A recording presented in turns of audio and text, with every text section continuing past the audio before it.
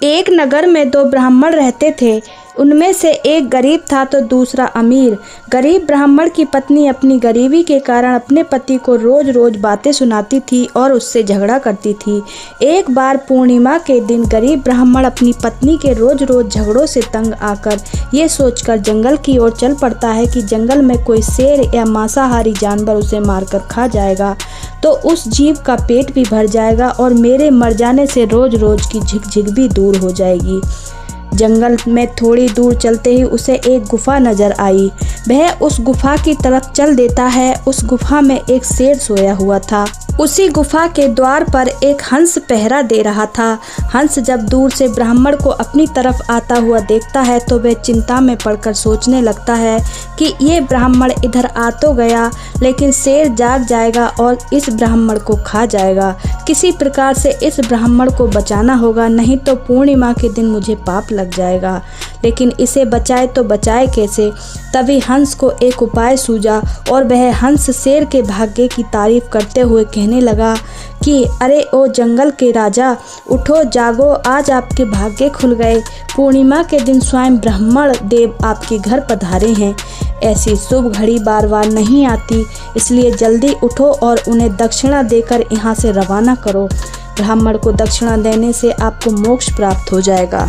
शेर को हंस की बात सही लगी। शेर दहाड़ कर उठा और जो पहले से शिकार किए हुए मनुष्यों के आभूषण और गहने उसकी गुफा में रखे हुए थे वे सारे के सारे गहने उस ब्राह्मण को दे दिए तथा जीभ से उसके पैर चाटने लगा।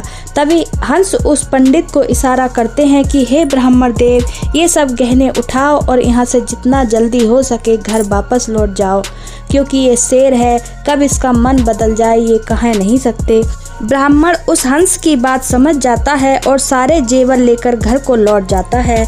उसकी पत्नी ढेर सारे जेवर देखकर बहुत खुश हुई और वह गरीब ब्राह्मण उन गहनों को बेचकर सुख चैन से अपने जीवन का गुजारा करने लगा।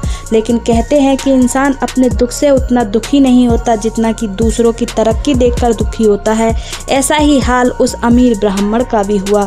अमीर ब्राह्मण की पत्नी ने गरीब ब्राह्मण के घर जाकर उसकी पत्नी को किसी तरह बहला फुसला कर सारी बात कहलवा ली। शेर ने उसे इतने सारे जेवरात दक्षिणा में दिए हैं। जब अमीर ब्राह्मण की पत्नी को ये सब पता चला तो वह अपने पति से जबरदस्ती करने लगी और पूर्णिमा की रात जंगल में उसी शेर की गुफा की ओर भेज देती है।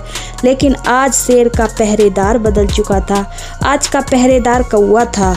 कौवा तो हमेशा इसी ताक में रहता है कि शेर कुछ शिकार करे और बचा कुचा कौवे को खाने को मिले। ब्राह्मण को गुफा की ओर आता देखकर कौवा जोर जोर से काँव काँव करने लगा। कौवे की आवाज़ सुनकर शेर जाग जाता है और गुस्से में दहाड़ने लगता है। तभी शेर की नज़र गुफा के बाहर खड़े उस अमीर ब्राह्मण पर पड़ती है। ब्राह्मण को देखकर उसे हंस की बात याद आ जाती है। वह समझ जाता है कि कौवा इतना क्यों चिल्ला रहा है।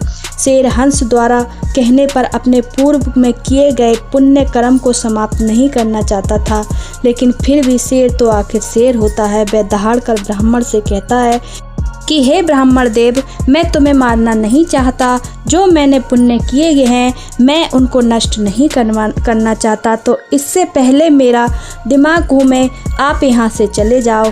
वह तो हंस था जिसने मुझ जैसे जानवर से भी पुण्य कर्म करवा दिए।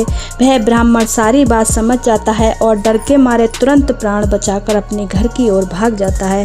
कहने का मतलब ये है कि ये कहानी आज के परिवेश में भी सटीक बैठती है। हंस और कौवा कोई और नहीं, हमारे ही चरित्र हैं। अगर कोई किसी को दुखी देखकर दुखी होता है और उसके भले के बारे में सोचता है तो वह हंस है, और जो किसी को देखकर दुखी होता है तो वो कौवा है। इसलिए आसपास छुपे बैठे कौवों को पहचानें, उनसे दूर रहें और जो हंस स्वभाव के हैं उनका साथ करें। इसी में हम सबका कल्याण छुपा है। दोस्तों, कौवों जैसी प्रवृत्ति के लोगों से हमेशा बचकर रहें। अगर पोस्ट अच्छी लगे तो कृपया लाइक करें, चैनल को सब्सक्राइब करें, कमेंट बॉक्स में जय श्री राधे जरूर